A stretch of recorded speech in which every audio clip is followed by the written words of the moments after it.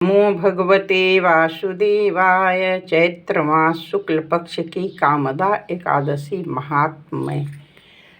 युधिष्ठिर ने पूछा, वासुदेव आपको नमस्कार है। आप मेरे सामने यह बताइए कि चैत्र शुक्ल में किस नाम की एकादशी होती है। भगवान श्री कृष्ण बोले, राजन, एकाग्रचित्त होकर यह पुरातन कथा सुनो, जिसे वशिष्ठ जी ने दिलीप के पूछने पर कहा था। दिलीप ने पूछा, भगवान, मैं एक बात सुनना चाहता हूँ। चैत्र मास के शुक्ल पक्ष में किस नाम की एकादशी होती है। वशिष्ठ जी बोले, राजन, चैत्र शुक्ल में कामदा नाम की एकादशी होती है। वो परम पुण्यमयी है और पाप रूपी ईंधन के समान तो वह दावानल ही है। प्राचीन काल की बात है। नागपुर नामक एक सुंदर नगर था, जहाँ सोने के महल बने हुए थे। उस नगर में पुंडरीक आदि महाभयंकर नाग निवास करते थे। पुंडरीक नाम का नाग उन दिनों वहाँ राज्य करता था। गंधर्व, किन्नर और अप्सराएं भी उस नगरी का सेवन करती थी। वहाँ एक श्रेष्ठ अप्सरा थी,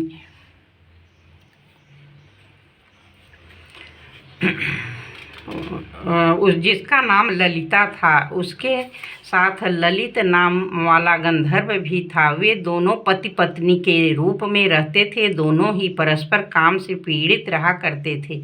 ललिता के हृदय में सदा पति की ही मूर्ति बसी रहती थी और ललित के हृदय में सुंदरी ललिता का नित्य निवास करता था।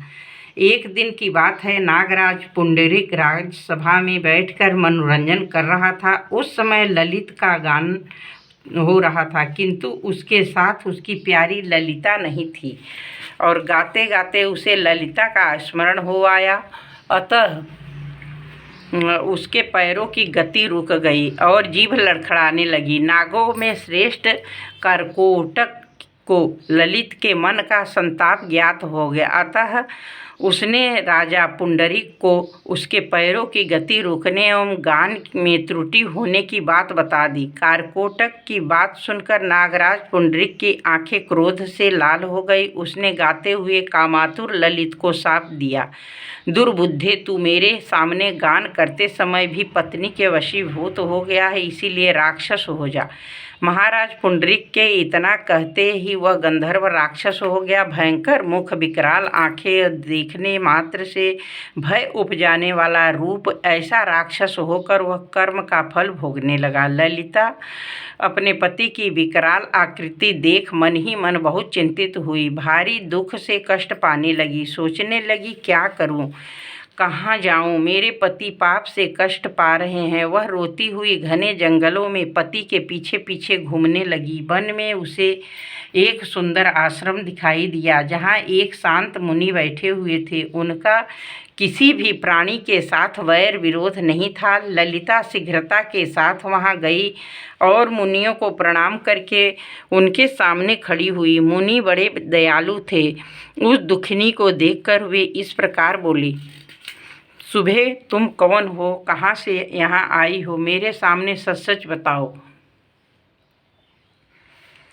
ललिता ने कहा, महामुनि, वीर धनवा नाम वाले एक गंधर्व हैं। मैं उन्हीं महात्मा की पुत्री हूँ। मेरा नाम ललिता है। मेरे स्वामी अपने पाप दोष के कारण राक्षस हो गए हैं।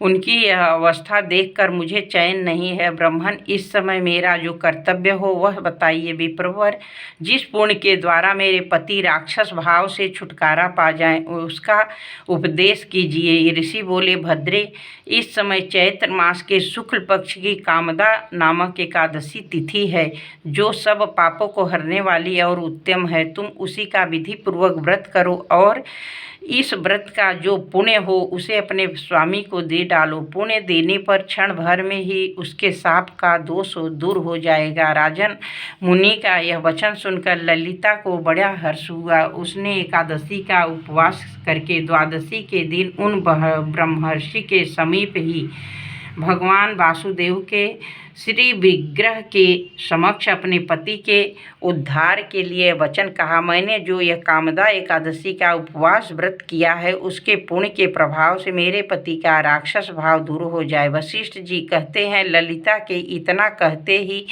उसी क्षण ललित का पाप दूर हो गया। उसने दिव्य देह धारण कर लिया, राक्षस भाव चला गया, पुनः गंधर्वत्व की प्राप्ति हुई। नृपश्रेष्ठ, वे दोनों पति पत्नी कामदा के प्रभाव से पहले की अपेक्षा भी अधिक सुंदर रूप धारण करके विमान पर आरूढ़ हो गए, अत्यंत शोभा पाने लगे।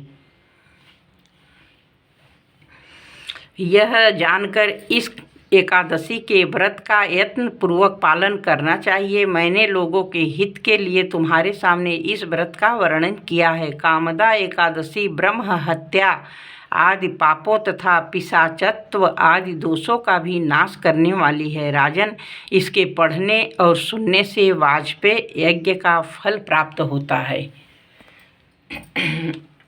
देखिए, आज एकादशी 1 तारीख दिन शनिवार को एकादशी व्रत रखा जा रहा है। सबको एकादशी का बहुत बहुत शुभकामनाएं। जय श्री राधे राधे।